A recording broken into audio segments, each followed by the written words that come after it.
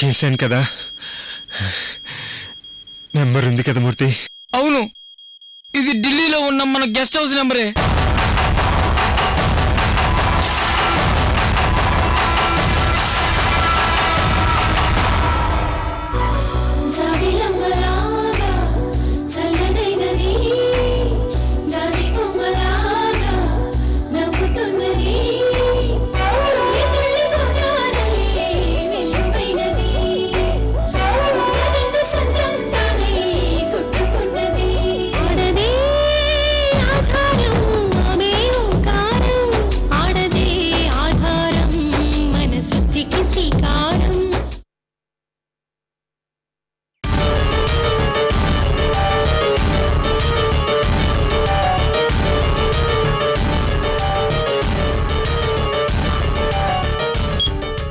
విజయవర్మ స్పృహలోకి వచ్చాడట.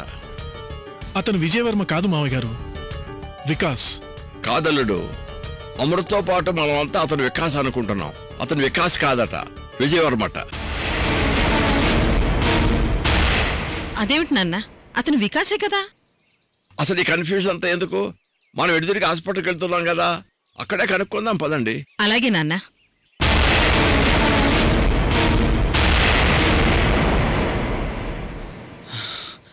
Unbelievable.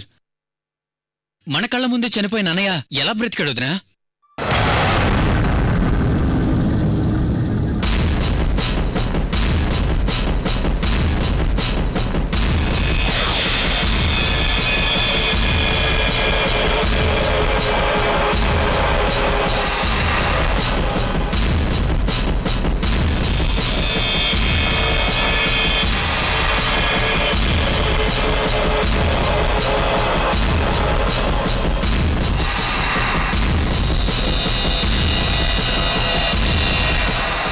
Madam, patient dress రెడీగా ఉంది, వచ్చి చూడండి. శర్వాణి,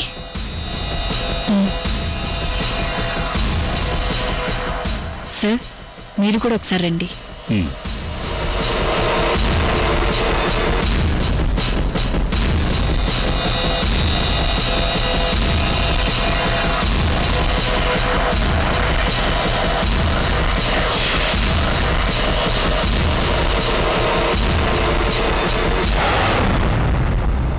చైతన్య, నీ అన్నయ్య బతుకున్నాడన్న విషయం అర్జెంటుగా అమృత గాని శర్వాణి గాని చెప్పాలి.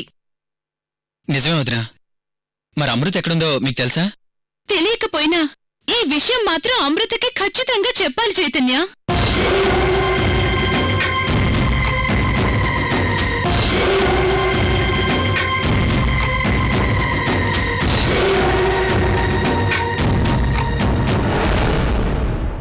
సార్, తను విజయవర్మను అంటున్నాడు. రుద్రగారిని ఎమోషనల్ గా సెంటిమెంటల్ ఫూల్ని చేస్తున్నాడు. వాళ్ళు తమ కొడుకుని నమ్ముతున్నారేమో గాని మేం నమ్మలేకపోతున్నాం సార్. సార్, మా అనుభవంతో చెప్తున్నాం. వికాస్ది చాలా క్రిమినల్ మైండ్. దొరికిపోయానని తెలుసుకొని విజయవర్మలా నటిస్తున్నాడు సార్. ఓ పని చేద్దాం శర్వాణి, అర్జెంటుగా వికాస్కు సంబంధించిన పోలీస్ ఫైల్ తెప్పించండి. అందులో బ్లడ్ గ్రూప్ దగ్గర నుంచి ఫింగర్ ప్రింట్స్, బాడీ మీద ఎక్కడెక్కడ మోల్సున్నాయో అన్నీ ఉంటాయి గదా. అవి మ్యాచ్ కాకపోతే ఖచ్చితంగా తను విజయవర్మే, మ్యాచ్ అయితే మాత్రం తను వికాసే. ఆ ప్రాసెస్లో ఫైనల్ డెసిషన్కి రావడానికి టైం పడుతుంది సార్. టైం పట్టొచ్చు శర్వాణి, కానీ రిజల్ట్ కావాలి. వికాస్ ఉరిశిక్ష పడ్డ క్రిమినల్, విజయవర్మ బిజినెస్ మ్యాగ్నెట్. తను వికాస విజయవర్మ అన్నది ఫైనల్గా మనకి తెలియాలి. అప్పుడే మనం అతన్ని అరెస్ట్ చేయగలం. ఏ చిన్న మిస్టేక్ చేసినా వికాస్ ఎస్కేప్ అయిపోతాడు శర్వాణి. అవును శర్వాణి, అమృత చెప్పింది కూడా నిజమే. మేడం,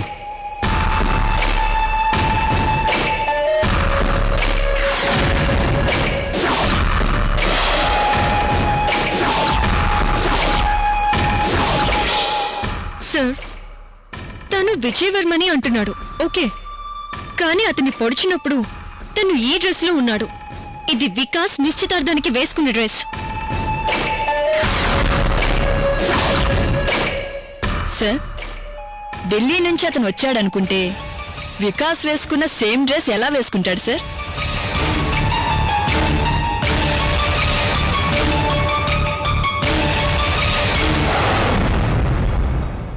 యాదృచ్ఛికంగా వికాస్ నిశ్చితార్థానికి వేసుకున్న డ్రెస్ లాంటి డ్రెస్సే విజయవర్మ కూడా వేసుకున్నాడేమో.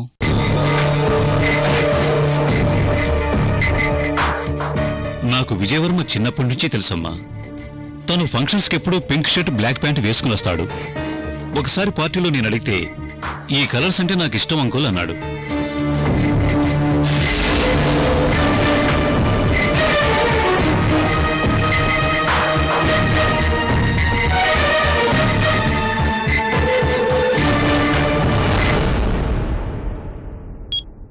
వదినా, ఫోన్ ఎవరికి? శర్వాణికి చైతన్య. వదినా, మనం ఇప్పుడు ఈ విషయం అమృత గారికి చెప్తేనే బెటర్. అయ్యో, ఇప్పుడు తను ఎక్కడుందో మనకి తెలియదు కదా చైతన్య. అమృత ఎక్కడుందో నాకు తెలుసు వదినా.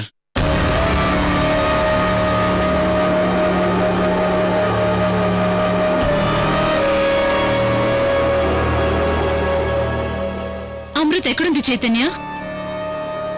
బొబ్బర్లంకలా ఉందే.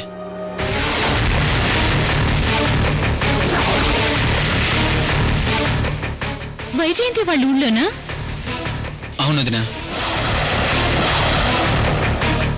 మరి ఎన్ని రోజులు నాకెందుకు చెప్పలేదు చైతన్య? నాకు చాలా రోజుల క్రితం అమృత అక్కడ ఉందని తెలుసు వదినా. కాకపోతే తను చెప్పొద్దంటేనే ఆగానా.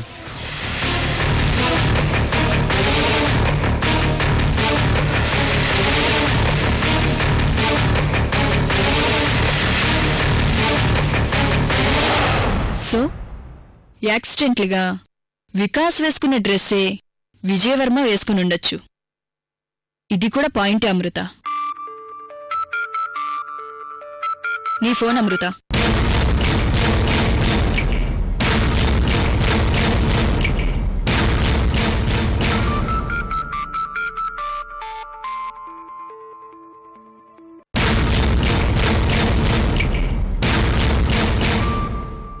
శర్వాణి, రేణుకు ఫోన్ చేస్తోంది. రేణుకనా? మాట్లాడమృత. నువ్వెళ్ళు. సరే మేడం.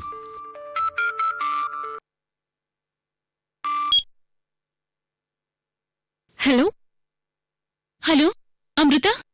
చెప్పు రేణు. అమృత, ఎన్ని రోజులైంది నీతో మాట్లాడి. ఎలా ఉన్నా? నేను బాగున్నాను రేణు. నువ్వెలా ఉన్నావు? మన క్షేమ సమాచారాల తర్వాత నీకు ఇంపార్టెంట్ విషయం చెప్పాలి అమృత. ఏంటి రేణు అది? నువ్వెక్కడున్నావో నాకు తెలీదు. ఈ విషయం నీకు గాని శర్వాణికి గాని అర్జెంటుగా చెప్దామనుకుంటే చైతన్య నువ్వు బొబ్బర్లంకలో ఉన్నావని చెప్పాడు. చైతన్య చెప్పాడా? సరే, శర్వాణి కూడా నా పక్కనే ఉంది. అయితే స్పీకర్ ఆన్ చేయి అమృత. తనకు కూడా ఈ విషయం తెలియాలి. అలాగే రేణు. అమృత, మనం అందరం అనుకున్నట్టుగా వికాస్ యాక్సిడెంట్లో చనిపోలేదు, బతికే ఉన్నాడు. అవును అమృత, వికాస్ ఢిల్లీలో ఉన్నాడు.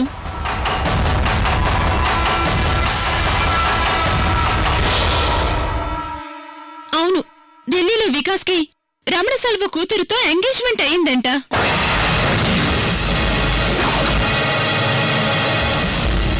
వికాస్కి ఎంగేజ్మెంటా? అసలు ఎప్పుడు ఎలా జరిగిందో తెలుసా? నిన్ననే ఎంగేజ్మెంట్ జరిగిందట అమృత. అసలు ఈ విషయం నీకెలా తెలుసు? ఎవరు చెప్పారు? జెస్సీ చెప్పింది. జెస్సీనా?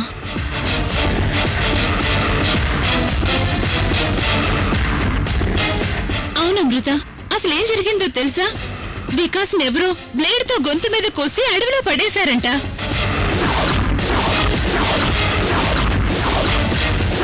కొన ఊపిరితో ఉన్న వికాస్ ని జెస్సీ కాపాడింది. కాకపోతే వికాస్ అప్పటికే కోమాలోకి వెళ్ళిపోయాడట.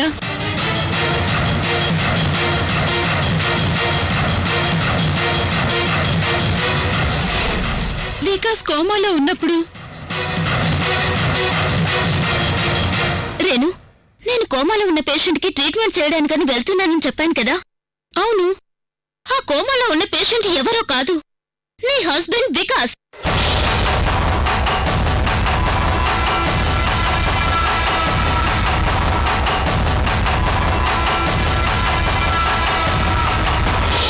డాక్టర్, మీరు చూసింది వికాస్ని కాదు, నా భర్త ప్రకాష్ని.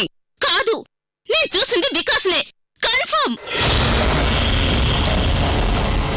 అలా వికాస్ ని చూసే అవకాశం నాకు మిస్ అయింది. ఆ తర్వాత నేను ఢిల్లీ నుంచి హైదరాబాద్ వచ్చేసాను. సడన్ గా జెస్సీ ఇంటికి వచ్చింది.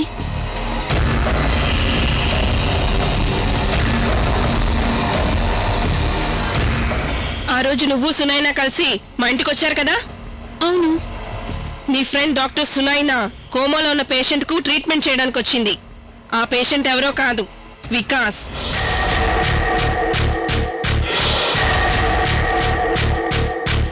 వికాస్ ని కష్టపడి కాపాడి కోమాలో నుంచి బయటికి తీసుకొచ్చేలా ప్రయత్నం చేసింది నేనైతే వాడేం చేశాడో తెలుసా? నా ఫ్రెండ్ రవలి అనే అమ్మాయితో ఎంగేజ్మెంట్ చేసుకొని అబ్రాడ్ చెక్కేసే ప్రయత్నాలు చేశాడు.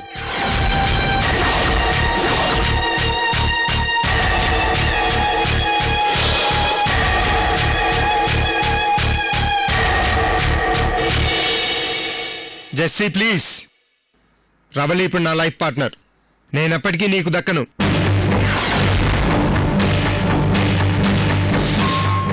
జెస్సీ, నా గురించి మర్చిపో.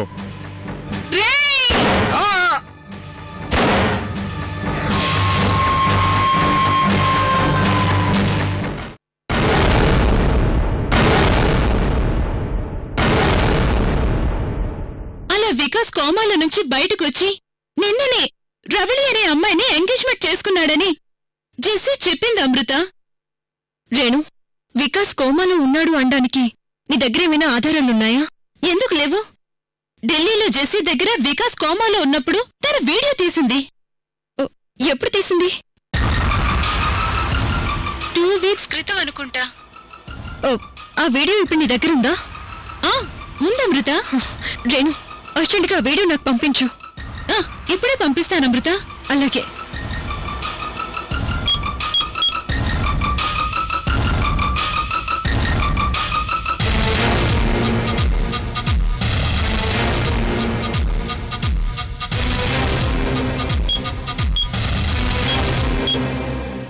కోమాలో ఉండి స్పృహలోకొచ్చిన విజయవర్మ నేను వికాస్ని కాదు విజయవర్మనని తను మనకి చెప్పిన ఇన్సిడెంట్స్, ఇప్పుడు రేణుక చెప్పిన ఇన్సిడెంట్స్, ఈ 2 మ్యాచ్ అవుతున్నాయి అమృత. అవును శర్వాణి, రేణుక చెప్పిన ప్రకారం ఆలోచిస్తే వికాస్ చేతిలో చనిపోయాడనుకున్న విజయవర్మ బతికే ఉన్నాడు. ఎగ్జాక్ట్లీ, నా ఒపీనియన్ కూడా అదేనమ్మా. జెస్సీ అనే అమ్మాయి కాపాడింది విజయవర్మనే. తను కూడా మనతో అదే కదా చెప్పాడు.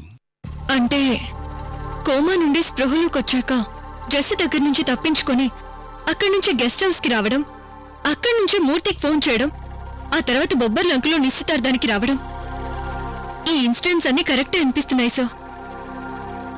అవునమృత, వికాస్ ఎస్కేప్ అయ్యే టైంకి విజయవర్మ కారు పంచర్ అవడంతో అనుకోకుండా తోటలోకి వచ్చాడు.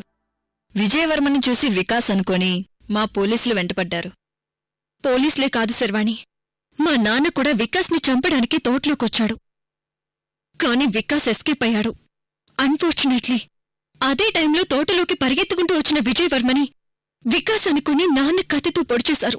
ఎస్ అమృత, మన ప్లాన్లో ఎవరికీ తెలియని మిస్సింగ్ లింక్ వికాస్ ఎస్కేప్ అవుతున్న టైంలోనే విజయవర్మ తోటలోకి ఎంటర్ అవడం. అన్ఫార్చునేట్లీ వికాస్ వేసుకున్న డ్రెస్ లాంటిదే విజయవర్మ వేసుకున్నాడు.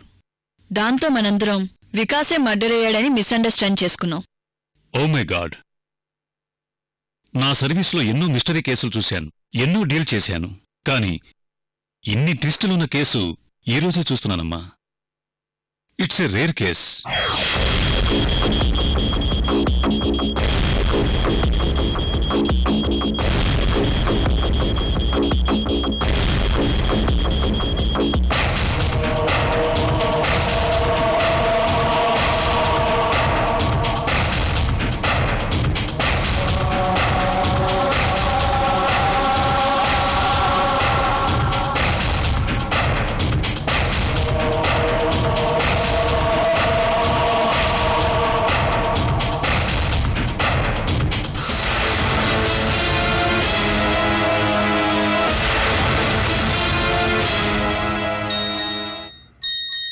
శర్వాణి, రేణుక ఆ వీడియో పంపించింది. ఓకే.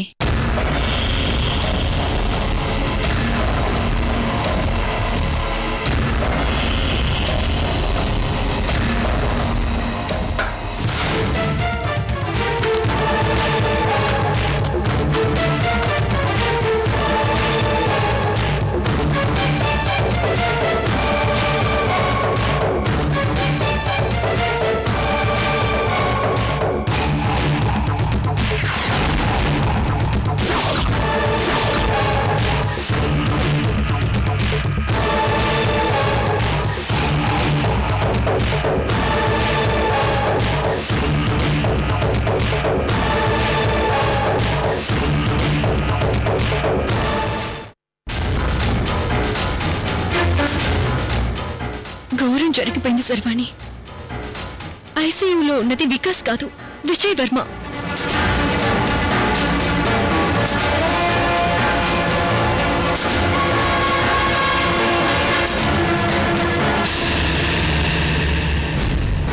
అసలు ఎందుకు ఇలా జరిగింది శర్వాణి?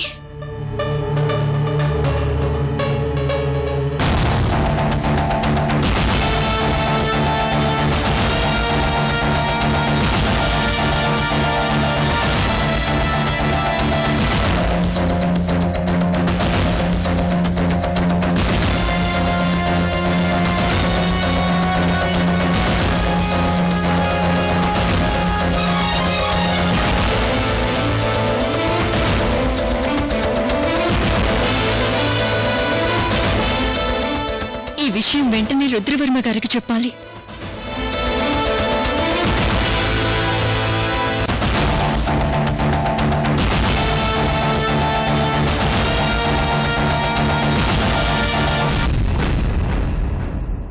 ఇప్పుడే ఇన్ఫర్మేషన్ వచ్చి క్లారిటీకి వచ్చాం అంకుల్.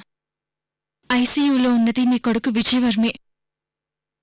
వికాస్ చేతిలో చనిపోయాడనుకున్న విజయ్ వర్మ బ్రతికే ఉన్నాడు. వికాస్ నిశ్చితార్థం రోజు బాంబులు పెట్టి మనందర్నీ చంపి ఎస్కేప్ అవ్వాలని ప్లాన్ చేశాడు. అదే టైంకు నిశ్చితార్థాన్ని ఆపాలని విజయ్ వర్మ బొబ్బర్లంకొచ్చాడు. ఆ సమయంలో తోటలో ఉన్న నాన్న విజయ్ వర్మని వికాస్ అనుకుని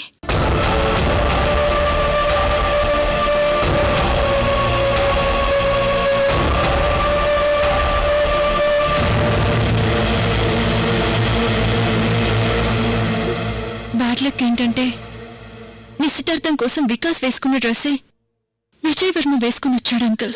భగవంతుడా, విధి నా కొడుకు మీద ఎంత పగ పట్టింది తండ్రి.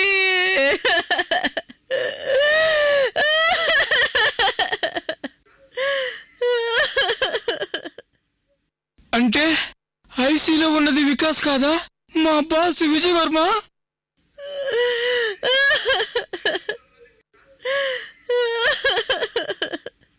ఓ రాస్కల్ వికాస్ ఢిల్లీలో ఇంకొక అమ్మాయితో ఎంగేజ్మెంట్ చేసుకున్నాడంట. నా ఫ్రెండ్ స్వయంగా ఫోన్ చేసి చెప్పింది. అయ్యో బాస్, ఎంత ఘోరం జరిగిపోయింది. మీరు బతికే ఉన్నారా?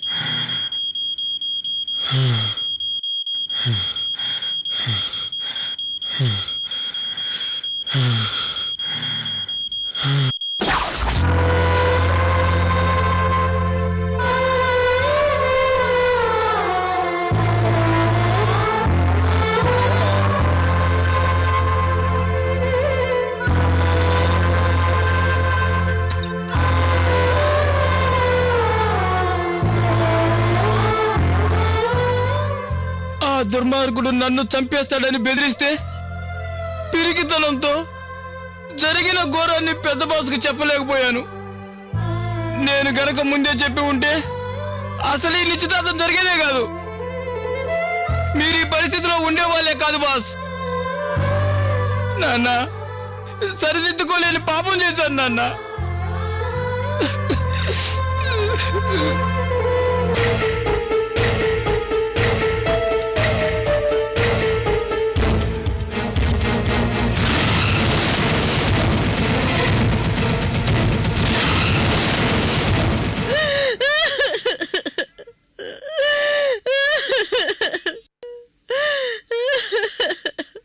బాబాయ్, విజయ్,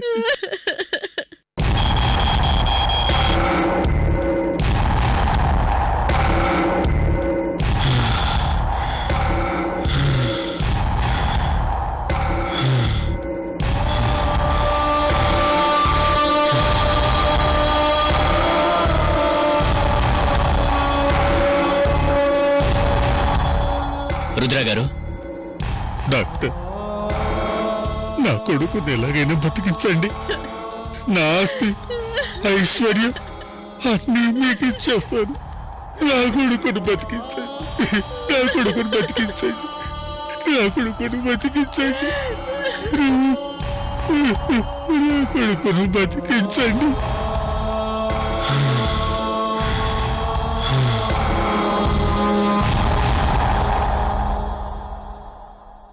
మా సాయశక్తిలో మేము ప్రయత్నించాం, బట్ మా వల్ల కాలేదు.